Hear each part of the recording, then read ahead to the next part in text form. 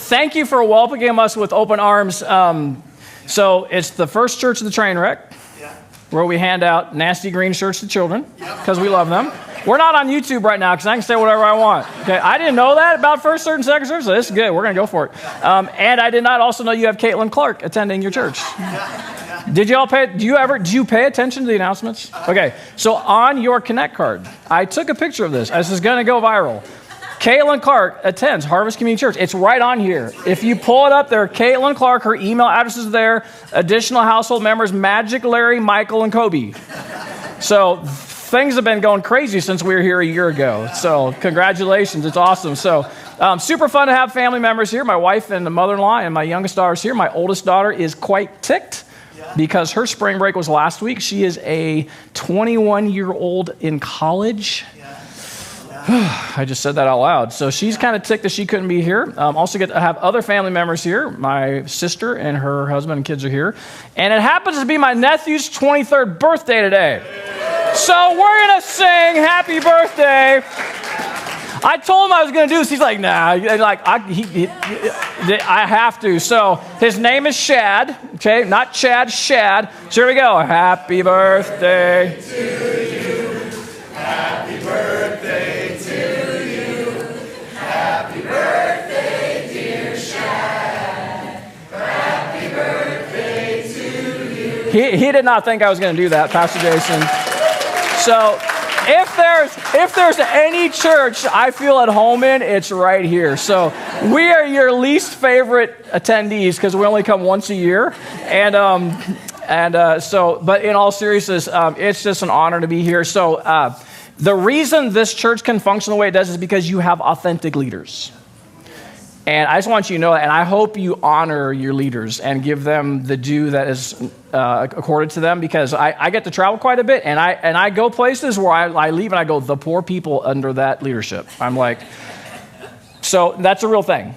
And so I just hope you understand that and see that. And so it's truly an honor to be here. We're on your team. And so honestly, when we go out and I'm in schools and doing what we're doing, I do feel like we're an extension of your body. So thank you so much for that. So with that, don't spit on your neighbor when you say this, but look him in the eye and say, Pericio. Pericio. Pericio. Okay, it's not redneck Paris, yo. Okay, it's not Paris, yo. It's Greek word for perisio. So it's a Greek word that means to abound, to overflow, to excel. I was not abounding, excelling, or overflowing recently. I actually was pretty discouraged. I kind of felt this onslaught of negative behaviors happening online. In the context of what we do at the Stop Trafficking Project in our ministry, there's been this rise of new ways to exploit kids online. And I had just attended a whistleblowers conference in August in Washington, D.C., where I found out all these things that big tech is doing. They're just like, we could fix this so easily. And there's just an absolute refusal to do it. And then I had just encountered a middle school girl at the end of an assembly, and she came to me, and honestly, the disclosure that she made to me, my immediate thought was, this person who's doing this to her should be in federal prison. He was a wealthy, influential, well-known adult male in the community. He had reached out to her online, pretending to be someone her age. He had fallen all of the patterns that kids fall into in various forms of exploitation. He began to harm her mind online, becoming her friend. Then he took her into a deep dive into pornography that released all the chemicals in her brain. She became very addicted until he says, send me the pictures, and she begins to respond back. And she stands there, and I tell you, I wake up so often mornings just, God, if you don't intervene in this day, I can't do this. Like, it's too much. We can't do it. And I felt helpless in that moment, I'm not gonna lie. And then she gave me a glimmer home. She said, and I did everything you talked us in the assembly today. She said, I told a trusted adult, and this happened. And I was like, oh, a glimmer of hope. But then those trusted adults came to me, and they said this. They said, well, guess what? As soon as her situation, I wrote it down, was reported to local authorities, nothing happened. So it reached an authority, and nothing happened. It stopped. And they said, we're frustrated beyond words, and we're hoping you can help.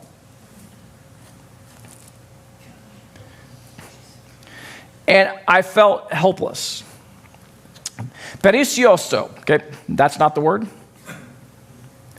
Perissio is not the word. Pericio is a Greek word, means to overflow. And I felt in my spirit that moment, there was this overflow of evil, but it's like I'm standing there to be a minister of grace. It's the word in Greek that you find in Romans chapter 5, verse 20, which is probably familiar to just about every one of you in the room today. It says, where sin increased, grace increased all the more. The word is pericio. It's this word to... if you have the New King James version, you'll read abound. Where sin abounded, where sin abounds, grace abounds more. It's this word means overflow. So where there's this overflow of sin, there must be this overflow of grace. So probably in this pericio of sin, maybe you remember when you were in sin. You know, I gave my life to Jesus when I was 5 years old, but I was an ornery kid. And then I really went downhill. Like, I loved to fight. I hated people. And my life didn't change until I honestly got saved in 5th grade. And I remember that back in those days, you know, even as a young kid, you know, there's no boundaries. We're ruled by impulses. We go anywhere, do anything, say anything, doesn't matter. And it's in the context of our ministry, honestly, that's kind of what life online has become today. And big tech is purposely writing these algorithms to where they're running so wild that essentially this is, in some ways, I'm not against it, but this has become a digital narcotic. So yesterday afternoon, my wife and my youngest daughter, we got on an airplane. We flew here to Seattle from Kansas City, and sitting a couple rows up in front of us was a kid, and I was watching intently for 4 hours. This kid got on the airplane, a high school kid, and he's arguing with his mom, and he said, "I want to pay the $8 to get the Wi-Fi." And she's like, "You need a break." And she finally gives in because he's kind of getting a little bit belligerent. And I don't know if my wife and daughter even knew this. They're a couple rows in front of us. And this kid sits there, and for 4 hours, he sat there hunched over like this, hands like this. And for 4 hours, I could see his phone because he's holding it like this. He was scrolling through TikTok and Instagram and every app. And I'm not against the apps, hear me. And he's scrolling. And I saw some stuff on there I wish I couldn't see. On Pinterest, he was seeing, there was brief nude images on Pinterest that this kid's watching. And he's going through this stuff so fast, and he's like back and forth between TikTok and Instagram and all the apps, and he's liking things so fast, it's just boom, boom, boom, boom. And I watched, I counted, I read through my sermon, and I didn't do anything on my phone. And I'm watching this kid with interest because I'm with teenagers all the time, and I counted, and the longest break he took was 1 minute, 37 seconds. And during that time, his legs were like this. I mean, his legs are just like this going the whole time sitting on the airplane. See, there's this pericio. What I'm finding is that we've got kids at younger and younger ages in our age-appropriate elementary presentations come and talk about their porn addictions at younger and younger ages. And the vulnerabilities that kids are experiencing of loneliness and isolation and depression and suicide and cyberbullying and controlling relationships and pornography, it's just like there's just this overflow. I want to give you 3 really difficult truths about life online, particularly smartphones in the context of our ministry. The first truth is this: there are perverts, predators, and pimps, and they are preying on kids when they're online. And it's not about this creepy vehicle and the abduction. It's about life online and seduction. The second difficult truth is this: listen, the moment as an adult you're comfortable with your kid watching porn, that's the moment you get them a smartphone with no supervision. That's just how it works. So let me throw some statistics at you really quickly. These come from Covenant Eyes and Common Sense Media and the Barna Institute. 73% of all teens have consumed pornography. 57% of teens have not discussed it with a trusted adult. 52% of teens have seen violent pornography. Let's not pick on the teenagers because Barna says that 75% of Christian men consume pornography and well over a third of Christian women. So I'm not angry at kids. I'm not against technology, but this is that overflow, right, of depravity. So here's the thing: AI is not helping. I'm not against AI, but AI is advancing at rates where it's now become like kind of the Wild West online in many ways. At this whistleblowers conference I was attending in Washington, D.C., it reinforces me that I'm not angry at kids. But this pericio, this overflow of depravity when it's online, we better be prepared for the consequences in the lives of our kids. See, with all the good that can come from using AI, there is this overflow of evil. I learned in disturbing ways about things that people are entering in text and images into AI technology. And the most, Romans chapter 2, depravity is coming out of that. If you heard me in Sela at the adult presentation when I was here last year, I want to invite you to either come back Monday night or Wednesday night because it's a completely new presentation. We have a cinematic movie experience that's part of our adult presentations now, and unfortunately the material is changing so quickly as technology changes. If you have the opportunity, I would encourage you to come back. There's just this blatant overflow. And here's where I want to land. I really think we're kind of fooling ourselves if we think that all we need to do is be educated and empowered about this and just implement all the safety features on our kids' devices that we can afford. But we neglect the spiritual warfare that we're actually fighting. If we neglect the spiritual warfare of this, then we're going to lose this battle. I'm all about educating, empowering adults. We'll be in the most secular settings you can imagine, and that's what we do. But if we don't have the foundation underneath that of the spiritual warfare, then guess what? Nothing's going to happen. So I'm going to be asking you to be fully engaged this week in helping us with that, because 1 Peter chapter 5, verse 8 tells us this, the admonition is this: stay alert. Why? Watch out for your great enemy, the devil. He prowls around like a roaring lion looking for someone to devour. This overflow of sin, this overflow that our kids can, this kid for 4 hours with his head hunched over like this, a minute and 37 seconds, his legs, I'm just watching this overflow. He's doom scrolling. He can't quit. I'm not mad at him. I'm not against his technology. And this is the reason why we developed our strategy. So I want to focus on the overflow of grace. To the second part of the verse is, but where sin increased, overflowed, grace increased all the more. Maybe you remember that first initial moment when grace entered your life. How everything changed. This overflow of God's blessing into your life. This overflow of his grace. So when I wake up in the mornings every day, I wake up and I'm cognizant of this fact. There is this perisio, this overflow of sin that's showing up in the worst ways possible. And I see it in the school context. And here's what happens. A lot of times it's leading to the worst case scenario of this crime called domestic minor sex trafficking. And it breaks my heart. And it's in those moments, I'm not going to lie to you, I feel completely helpless and without hope. I'm not going to lie. But then I go back to this crazy thing several years ago where God said, hey, I'm picking you to go be an extension of grace into that. And it's an honor and it's humbling, but it's also a huge responsibility to be a person who can, let's overflow in grace in this situation. What's holding in our hands, if you've got a kid, you've got this kid for 4 hours, and there's this overflow of depravity, and I'm not mad at the kid, I'm not against his device. But there's got to come this overflow of grace. And if we understand that it's spiritual warfare, we're going to approach this much differently than maybe we have before. So, I don't know. I think it's a funny story. Sometimes it's good to get a little different perspective. So, there's this 6-year-old boy, and his family's going to have a baby. And the 6-year-old boy is so excited about this new little baby that's going to come in their family. And bugs the first grade teacher all day long, every day, talking about this little baby that's coming to the family. And this first grade teacher is just like getting irritated, this kid, talking about all the time. Well, one day, the mom says to the 6-year-old boy, hey, come here, feel my tummy, because the baby's active. And he goes over, he's feeling tummy, he's kicking, all this moving. He's like, eyes are big as can be. He's like, oh my word, this is the craziest thing ever. So he's completely overwhelmed, but he also had a change in demeanor. And what happened was he got really quiet, and he quit talking about the baby. And the teacher starts to pay attention and says, after several days, kind of lets it go. And they says to this little boy, is everything okay at home? Because you haven't been talking about the baby. And this little boy sits there, and his bottom lip just begins to quiver. Big old tears coming down his face. And he makes this devastating confession. I think my mom ate the baby. Okay, so perspective matters, right? Maturity, a little level of understanding into what's actually happening here. And this is what if we don't have that understanding in the context of what we do, we're just going to be angry kids, and we're be mad at technology all day long. And that's not a proper understanding. So this is why students this week will hear from me. I'm not angry at you. I'm not against your technology, but I'm going to tell you the truth. And it's that overflow of grace.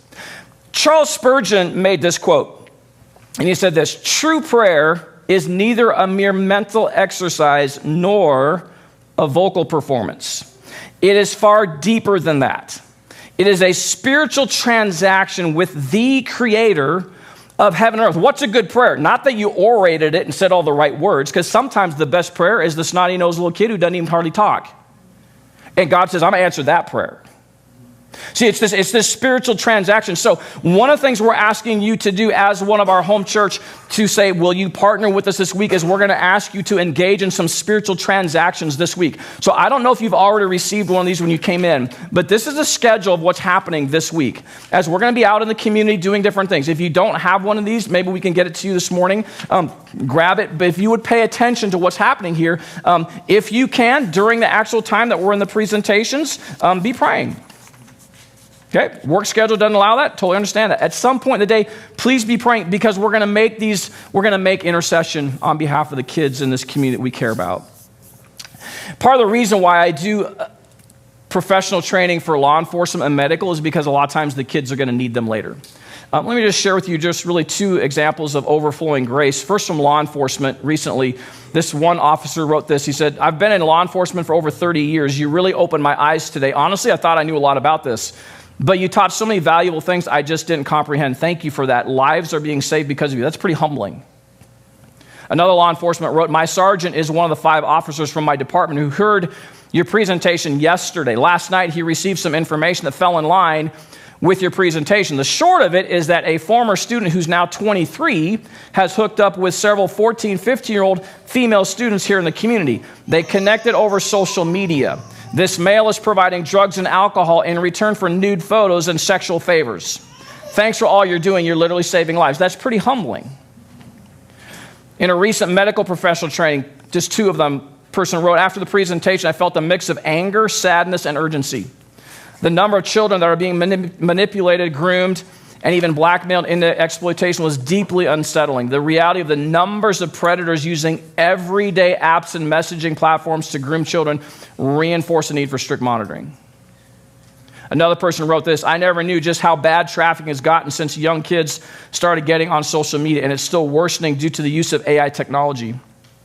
I always knew there were predators online, but I never knew the extent to how they target young children and get into their minds and manipulate how they think and feel until they can lure them out to meet them. I will forever be changed by this presentation.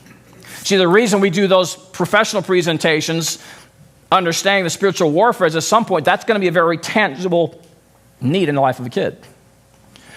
Our sweet spot, of course, is kids, though, and so how rewarding, but also heartbreaking when a 2nd grade girl approached at the end of an age-appropriate elementary age presentation where it's all about my dog Bandit, and he's the hero in the story. It's nothing what we do for middle school and high school, and a girl in 2nd grade reveals she actually has 17 adult men on an adult dating app that she's communicating with, and they want her to take her clothes off and meet in person. But because of the principles taught in that assembly, she became a hero and said, I don't think I should be doing this. 3rd grader recently learned a new word and entered that word online. It took straight to a porn website. He'd heard in the age-appropriate student assembly where Bandit's the hero that we shouldn't keep secrets. And if there's something online that makes me feel unsafe, I need to tell a trusted adult that I need screen help. He was a hero. 4th grader had just heard me telling a story in a school assembly prior about a 5th grade boy who was playing Fortnite and got lured out playing Fortnite and hid in a ditch for 18 hours. I told that story in the assembly. The very next day, I get word back that this kid is on Fortnite playing with his cousin. The cousin logged out, and the stranger stayed logged in, pretending to be a friend. And this guy realizes, oh, no, this is not right. I don't feel safe. He's a hero. Being able to take the principles that we talked, and we're just talking about my dog Ben, a 5th grade boy had just heard in the school assembly where I talked about another 6th grade boy who came to me at the end of assembly and said, hey, there are other 6th graders on my school bus in the morning. They're showing pornography to kindergarten kids on the school bus. He said, I want to get that kid in trouble. Well, this 5th grader hears me telling that story that had happened prior. The 5th grader comes up and says, I've got the same thing happening on my bus. These kids are heroes. I'm not angry at them. I'm not against their technology. When you call the hero on them, listen, here's the truth. And you can be a hero. We had a 6th grade girl who made a devastating disclosure. And at the end of that, a guy was arrested, put on jail on $1.3 million bond because of what he'd been doing to kids in that community. A group of 7th graders came to me on a Wednesday after a school assembly, and they were worried about their friend.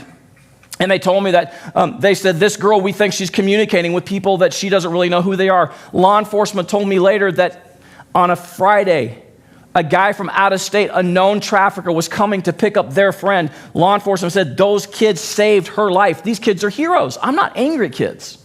I'm not against their technology. I want them to rise up to be the heroes. An 8th grade boy came to me at the end of assembly and said, you know what, I fell into porn addiction as a toddler when a family member showed it to me.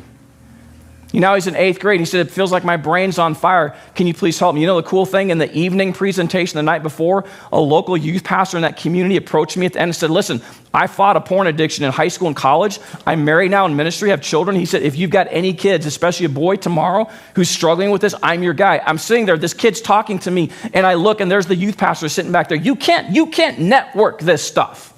You can't make this stuff up. You can't go, oh, well, we're going to go and deal with the tangibles, and as long as you do A, B, C, and D, this is the result you get. There's the spiritual aspect to this.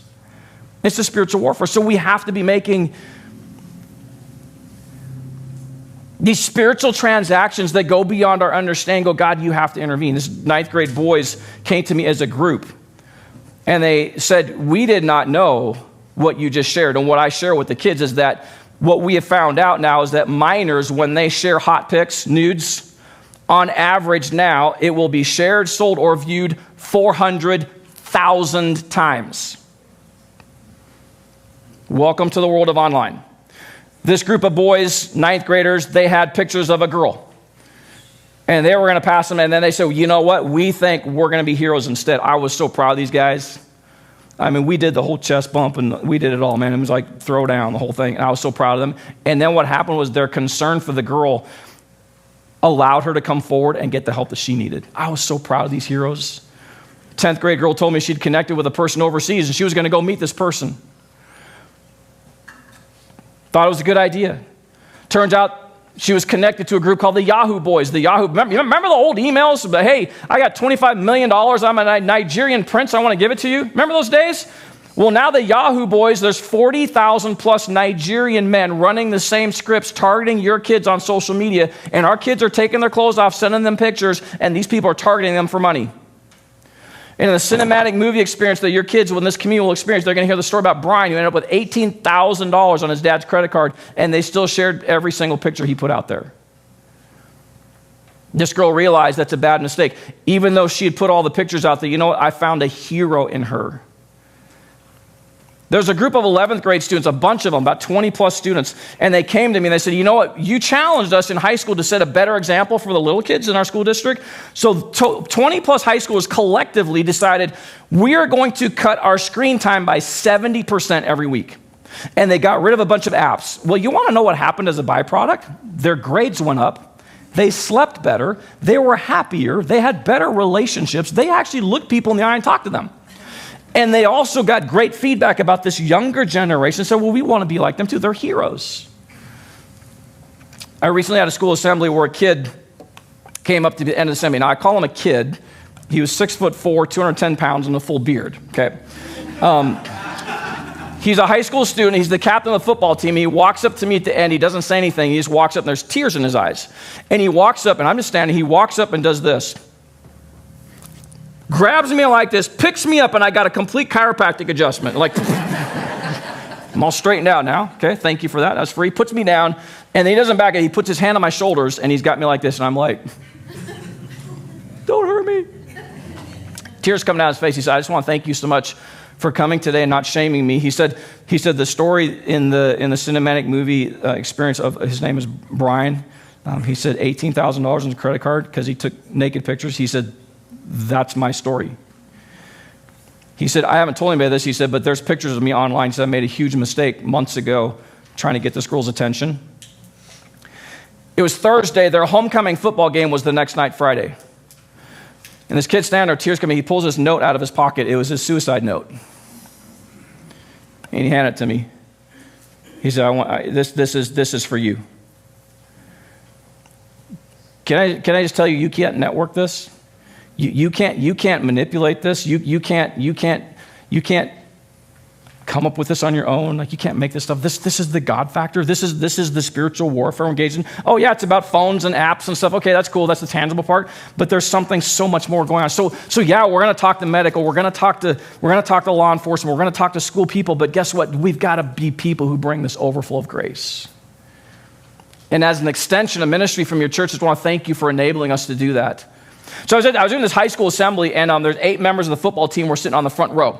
And they were engaged throughout the whole presentation, but I kind of noticed while I was talking, they were kind of like elbowing each other, whispering, kind of talking, not in a bad way at all, but just kind of like they were interested. And so we got done with the presentation, and we have students stand up and they make a declaration. And the declaration is they yell, "Not in my life," which means I'm going to take personal responsibility for my online life. Not in my school, I'm going to watch out for people I know, and if they need a trusted adult, I will be that catalyst to get to the trusted adult. Not in my life, not in my school, not in my future. We're going to set a good example. And then they yell "cola cockroach." They make amazing vomit sounds because I tell this story about when I was in India, I had this dead cockroach in my mouth. And the teachable moment for that is, sometimes bad things happen. And especially online. If that happens, I want you to respond to this. So they make this declaration. And I want you to watch in this video, the 8th grade boys, or the 8 football players in this high school are on the front row. So just check them out.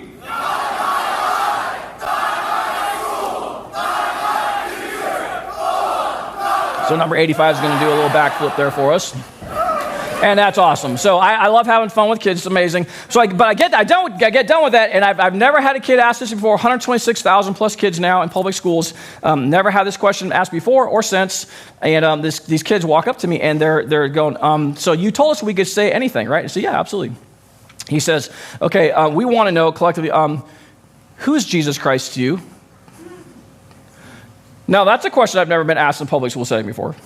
And I immediately said, "Well, he's clearly the one true Son of God, died on the cross to forgive us of our sins, rose again 3 days later to conquer sin and death, and he's our soon-coming King." We knew it. We knew it. We could tell. They're fist bumping. They're chest bumping. They're doing the whole thing. They're doing the whole thing. And they go, "We knew. We could tell. You're like a pastor dude or something. We do. We could tell because you never said Jesus. You never said Bible. But dude, that was fire." That's good, by the way. If you didn't know. It's like just want to tell you. And so then what they did was they said, again, this hasn't happened in a public school setting because you have to be so careful about this, and I don't go there, but they said, "We want to pray for you." I'm like, "Well, student initiated." I'm looking around, principal's there, like, "I don't care." And like, "Okay." And these kids gathered around, and these boys prayed. And they prayed a prayer that was a spiritual transaction between the creator of heaven and earth. And the words, I didn't care, but they prayed for their school. They prayed for their administrators. They prayed that God would use these boys to be a light on the campus. And they prayed that God help us to use what we've learned about these devices because it's such an important part of the lives of our kids, of my friends, that I can help find ways to share the gospel because of this. I'm like just that they're going, I didn't have my eyes closed. I'm just sitting there going, this is so awesome. Those 8 studs went walking down the aisle out of that auditorium like, you know what? There's a new purpose and a new thing. And you know what? It was just so cool. You can't orchestrate that. That was a God moment. That's extending grace. 1 Corinthians 15:58 says, "Therefore, my dear brothers and sisters, stand firm. Let nothing move you. Always give yourselves fully to the work of the Lord." There's that word again. The Greek translates it perisio, in work. Overflow in your work for the Lord, because you know that your labor in the Lord is not in vain. Now, you've got great Bible teachers here at your church. You've probably heard Pastor Jason, Pastor Darren say constantly when you're reading word, what's the therefore? Well, I don't have time this morning to go through it all, but I would encourage you to read all of 1 Corinthians chapter 15, because Paul does this masterful job at the start talking about the resurrection of Christ, that then leads into this incredible teaching about the resurrection of the dead, which he then brings to this crescendo in verse 20. "Where, O death, is your victory? Where, O death, is your sting? The sting of death is sin, and the power of sin is the law. But thanks be to God. He gives us the victory through our Lord Jesus Christ. Therefore, that's what the therefore is for. Therefore, my dear brothers and sisters, stand firm. Overflow in your work for the Lord." Why? Because you know that your labor in the Lord is not in vain. Yes, there's this overflow of sin. Yes, we must extend grace. But sometimes we just want to quit, and that's me. So sometimes we're leading worship, and that felt like a train wreck. Let's just stop and reboot. We learned that adults hate wearing green shirts. Let's not make them wear green shirts anymore. Let's reboot. Okay, so this is the kind of authentic ministry we can be a part of that means it's real and it's powerful. And so here I am at the start of this message where I'm in that assembly and the girl has come and made the disclosure about this wealthy man with all this money and all the harmful things happening, and I felt completely helpless. The system failed her miserably. See, sometimes and some days for me, it's just tempting to just kind of quit and just be done. There's a lot of other things I could be doing, be a lot more fun on some days. Shocking news. Things rarely go according to my plan. So we're coming out here to Yakima, and Friday night, we're getting ready to pack up, and we're trying to get ready to leave, and we had to vacate our home because there was this horrific sulfur smell on our house. We thought it was a gas leak. Fire truck comes, they're shining lights on the house. It's late at night. We're sitting in the car across in the driver's and the neighbor's house over there, like peeping Toms. Like, what are they doing over there? And I'm talking to the firefighters, and we're in the house, and they go, well, we think it's okay, but the gas people have to come next, and they're going through, and here's what they found out. So we had 70 to 75 mile an hour winds come through earlier that evening, and it did something in the storm system, in the sewage system, so that was actually sewage smell coming through our house. You're welcome. You talk about a distraction. Wasn't in my plan. So we get on the airplane and we're flying here. But before we get on the airplane, we get to the Kansas City airport and I'm going to buy my daughter a ham and Swiss sandwich. Your credit cards are declined. What? I literally just used it yesterday. The bill is paid. So have you ever traveled with no credit card?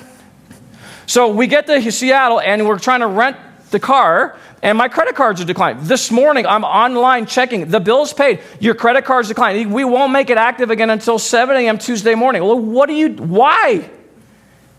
I went all the way up as high as I go. I was that guy getting on the airplane with my earbuds on, talking to the manager at U.S. Bank. I'm like, what the thunder, dude? Oh, I'm sorry, we can't. And it's like, what's happening? We get here last night. We made it over before the snowstorm hit Snoqualmie last night. All good. Slept about 3 hours last night. I was wide awake at 3 o'clock this morning because that's 5 o'clock for me at home. And I'm like, okay, ready to go. And I'm on my way here. I left my mother-in-law's house at 8:20 this morning to get here right around 8:35. And I rented a Jeep Wrangler just in case we had to have snow in the past. And bing, bing, bing, bing, bing, bing. All these lights come on, and I got a flat tire. I've got a rental car sitting in my mother-in-law's driveway right now with a big old bolt in the tire. You can see it like this right rear sitting this curve. So I'm scrambling. So I'm like, I got to get to church and speak, or you're not going to clap, right? I mean, come on, let's call this out. Well, what is? So, I mean, it's for you. This is all for you, okay? So it's like, okay, now we got this time. I say, listen, I do not find the devil behind every problem, but there is a spiritual nature to what we do, and we cannot deny that. So I'm out here. Oh, great. Let's go to Yakima again. Sure. Sewage smell in the house. Credit cards don't work. Rental cars sitting there. Okay, that's what the distraction's about, right? I believe God's got something better. So that's why I'm going to ask you to pray. I'm going to ask you to make those spiritual transactions. Back to that assembly, in that moment, I thought, what am I going to do to help this girl? And a name immediately came to my mind of someone I'd made a connection with in law enforcement who was pretty high up in the state. And I said, I'm going to reach out to them. And here's all I can tell you. Here's all I'm at liberty to tell you. Shortly after that, we got an email from the girl's mom, and this is what she wrote. She said, I'm reaching out to Russ. He recently did an assembly in the county, and my daughter went up to him and told him her story and the fact at the time the county wasn't doing anything with what she went through. He reached out to her counselor with some names we could contact. Thank you. And she ends the email by saying this: there's an investigation now underway. You can't make this stuff up. You can't network this. You have to be where God wants you at the right time and say, okay, the system's broken, but here we are. So in our ministry, we're in kind of a new season of this Berisio right now, this overflow. It's been a dream of mine, honestly, for over 7 years to be able to expand our capacity and to have a media option to where facilitators can protect the integrity of the victim survivor stories that we tell. Honestly, the only reason why it's taken 7 years is because of money. it's been the cog in the wheel. But I also think that 7's a pretty important number. And we're on year 7 of that dream, and I can tell you now that this week we'll be using our certified facilitator-driven cinematic movie experience. It's a really fancy way for saying it's a really cool multimedia experience for kids that any facilitator could use so we can expand our territory. God's answering prayers. Not in my timing, because my timing was 7 years ago. That's my type A. I want to get it done now. And God's like, okay.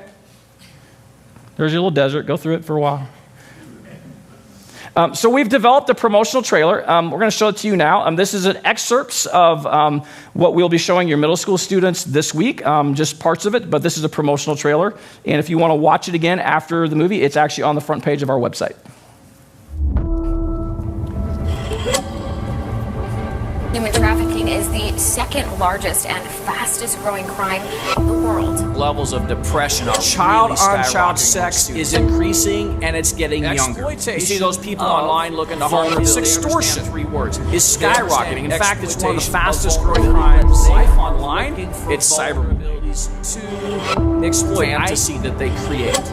We're finding that literally every zip code in America has the potential to have kids being exploited.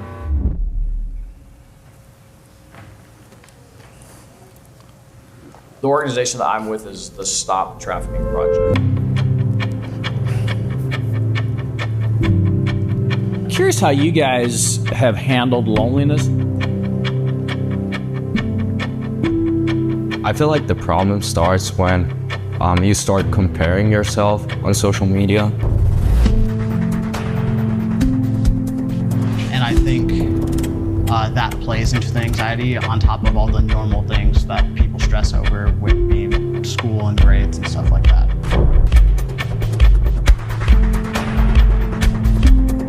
I took all the trauma and drama from what I was dealing with, and I went online to a stranger instead of going to someone who was already in my life, someone that I already knew.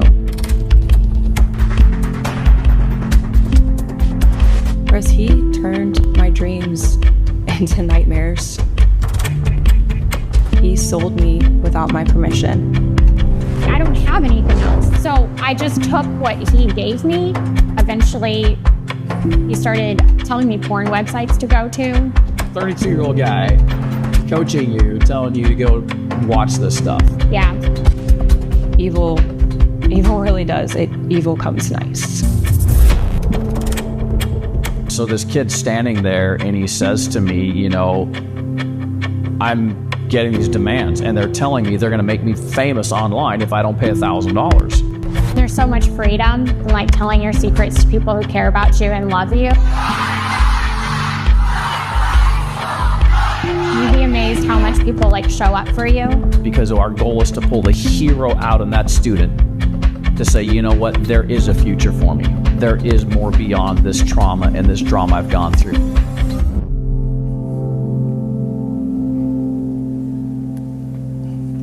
So that's a little excerpt. And so what we do in our evening presentations for adults, we show that as part of the presentation as well. It's enabling us to kind of connect with the adults in a better way so they have an understanding. Samantha is not her real name, but if on that prayer, if you would make a note, if you can, tomorrow morning at 7:30 our time here, 9:30 there, she's a survivor of this, a really pretty incredible human being. She's having a really serious surgery tomorrow. She has a very large cyst on her ovaries that's being removed tomorrow. And so she's requesting prayer. She's very nervous about this surgery. She's quite fearful, honestly. So if you would make a note and pray about her. But her story is so powerful. And the extension of her story is touching lives.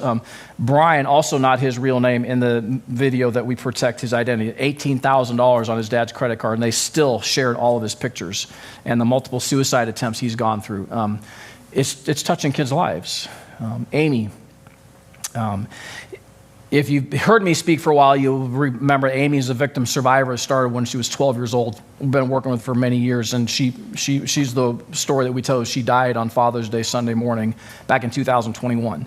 And her story is told. Now, before Amy died, shortly before she died, she grabbed me by the hands, looked me in the eye, and said, "Russ Tuttle, don't ever quit telling my story after I'm gone. Say my name and make a movie about me." I'm like, I can't make a movie about you. Like, that's not what I do. And she's like, make a movie. And I've been telling her story, and it's taken this long it's not just about her, but it's part of her life. And I can tell you her mom has breast cancer and is going in for surgery. So there's all these things, right? There's all these things. Amy's story continues to be told in powerful ways. The actress who played her, you heard her say evil comes nice, her name was Hannah.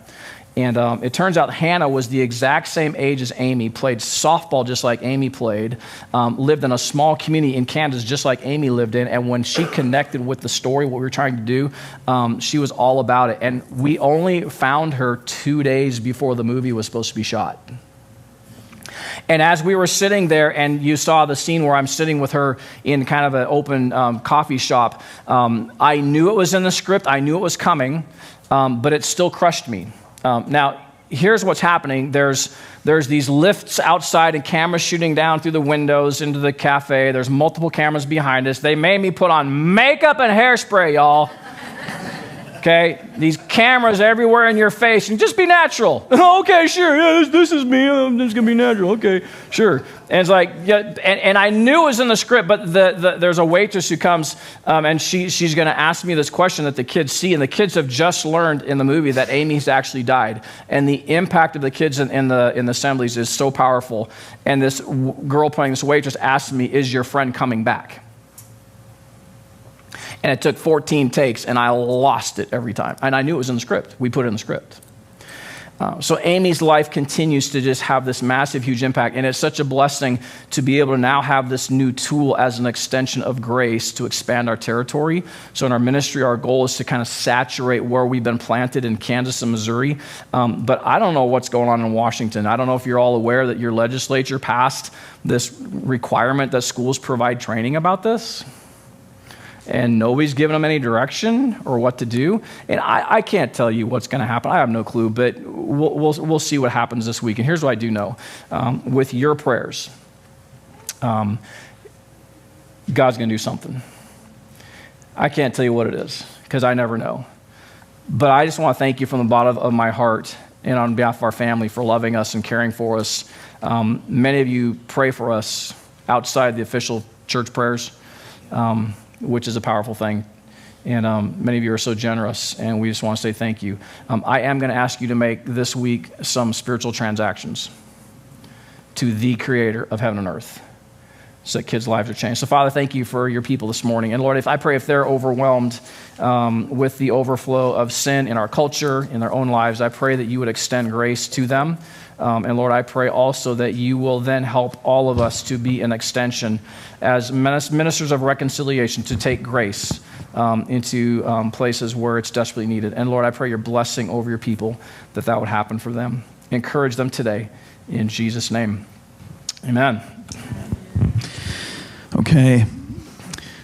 Hopefully you got one of these. If you didn't, we have these around the building, and it's just an itinerary for you to be praying this week. And I want to just run through it. Here's what it says. Tomorrow, St. Patrick's Day, March 17th, 3:30 to 5 p.m., professional development, an event that Russ has going on. Then after that, 6 to 7:30, adult community presentation, Davis High School Auditorium.